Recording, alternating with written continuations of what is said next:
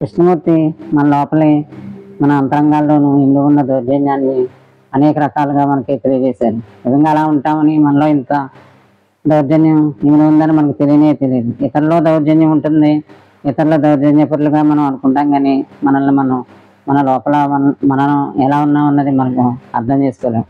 నిజంగా మనలో ఎన్నో దౌర్జన్యాలు నిండి ఉన్నదాన్ని మనం స్పష్టంగా తెలుసుకోగలగాలి.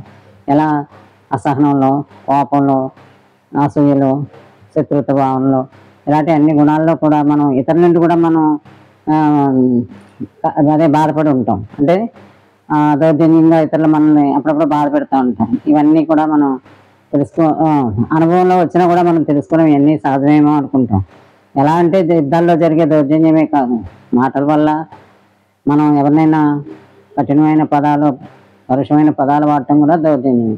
అలాగే ఇతరులని వెళ్ళిపోమని ఎలా విసిరినప్పుడు కానీ అది దౌర్జన్యం. ఇలాంటి దౌర్జన్యాన్ని మనం ఎన్నో ఎదుర్కొనే ఉంటాం. ఇలా ఈ దౌర్జన్యం అన్నది చాలా లోతైనది, సూక్ష్మమైనది.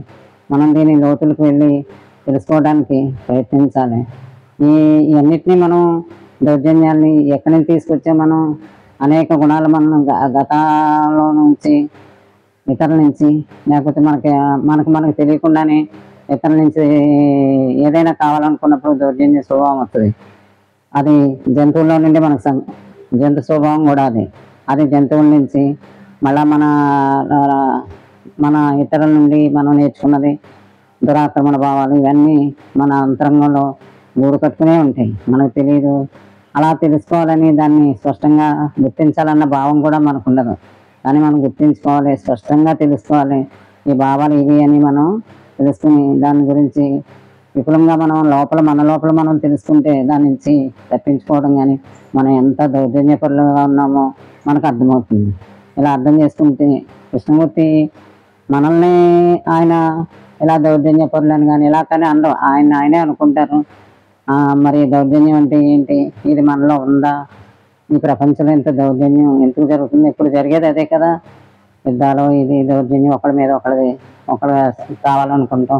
ఇవన్నీ అప్పటికంటే కృష్ణమూర్తి గారు ఈ తత్వాల అని మనకి బయటికి పెట్టేక ముందు ఇంత దౌర్జన్యం లేదు, ఇంకా పెరిగిందే కానీ ఏమీ తగ్గలేదు. ఎంతమంది మహానుభావులు, ఎంతమంది తత్వవేత్తలు, ఎంతమంది దైవాలు దిగి వచ్చినా పెరుగుతున్నాయి కానీ తరగట్లేదు. దైవభక్తి పెరుగుతుంది, అన్ని విధాలు అన్నీ పెరుగుతున్నాయి, కానీ ఈ దౌర్జన్యం, ఈ దురాక్రమణ, ఇలాంటివి తగ్గించుకోవట్లేదు.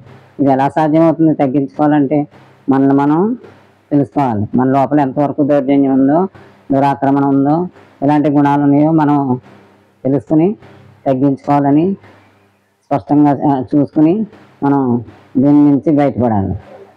కృష్ణమూర్తిని అర్థం చేసుకోండి, కొంచెం కష్టంగా ఉన్న ఈ తత్వాన్ని తెలుసుకుంటే ప్రపంచంలో అందరం, ఇది ఒక తెలుగు వాళ్ళకి కానీ ఒక ఇండియన్స్ కానీ కాదు, ప్రపంచమే మెచ్చుకున్న తత్వవేత్త ఆయన, ప్రపంచం అంతటా తిరిగిన తత్వవేత్త. ఇది ఒక్కళ్ళ కాదు, మొత్తం మానవాళికి అందరికీ ఆయన చెప్పిన తత్వం. అర్థం చేసుకోండి, మంచిగా వినండి. ఎంతో ఆనందం. కృష్ణమూర్తి పేరు చెప్తేనే ఆ తాత్వికుడికి దండం పెట్టాలనిపిస్తుంది. సరేనా? మళ్ళీ ఇంకోటి చెప్తున్నా రేపు.